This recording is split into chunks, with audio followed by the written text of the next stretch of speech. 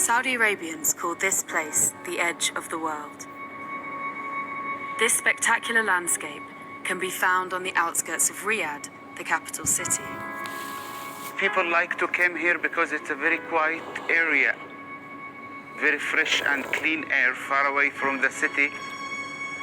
Every time when I came here, I have the same feeling.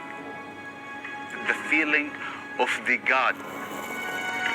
By 2030, the edge of the world will be home to an entertainment complex 2.5 times the size of Disney World.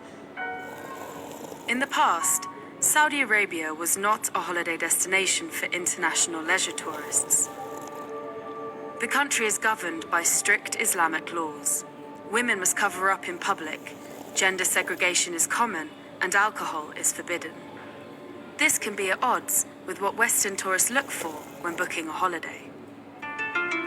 But under the leadership of Mohammed bin Salman, the young crown prince, the country is changing. Tourism is at the heart of his plans to revolutionize the kingdom. He is plowing billions of dollars from the country's sovereign wealth fund into building a new tourist resort in the Red Sea. The project will cover 50 islands and 34,000 square kilometers, an area bigger than Belgium.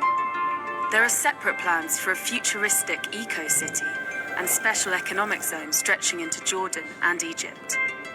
The prince's ambitious plan aims to attract 30 million visitors by 2030, double the current number.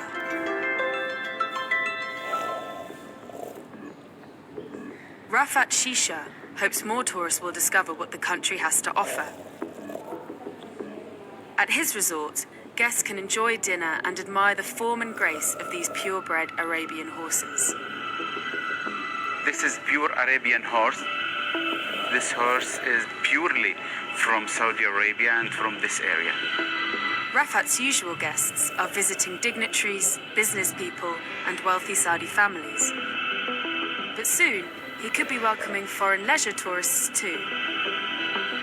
Because of the growth of the tourism business, I'm targeting all nationalities, all the people, and all the family.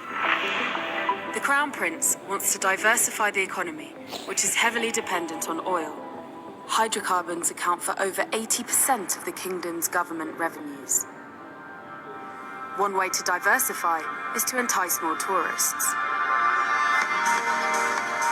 The vast majority of visitors at present are religious pilgrims to Mecca. 15 million people visit the holy city each year. The annual Hajj is the biggest gathering of Muslims in the world.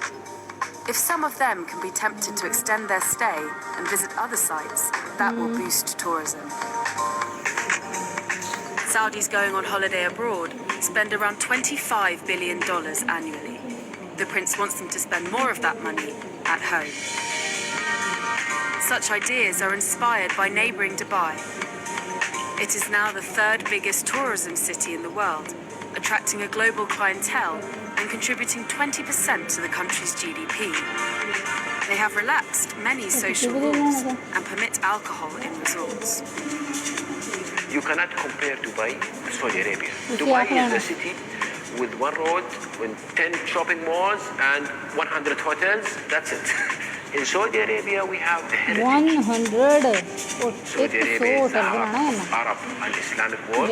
Is the hub connecting three continents. Visiting Saudi Arabia is a unique experience. Many Western tourists may be put off by such restrictions. It is unclear how far Mohammed bin Salman will be willing to relax social norms to attract Western tourists.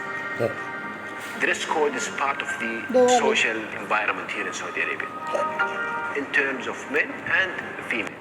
So Saudi Arabia try to emphasize tourists and communicate with them what's proper for them to wear when they come and visit Saudi Arabia.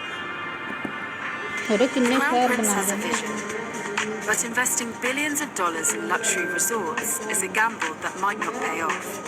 Saudi Arabia will have to find a balance in appealing to religious tourists, Saudis, and those from farther afield. Saudi Arabia is largely untouched by tourism and is a mystery for many travelers. That alone is a reason to visit.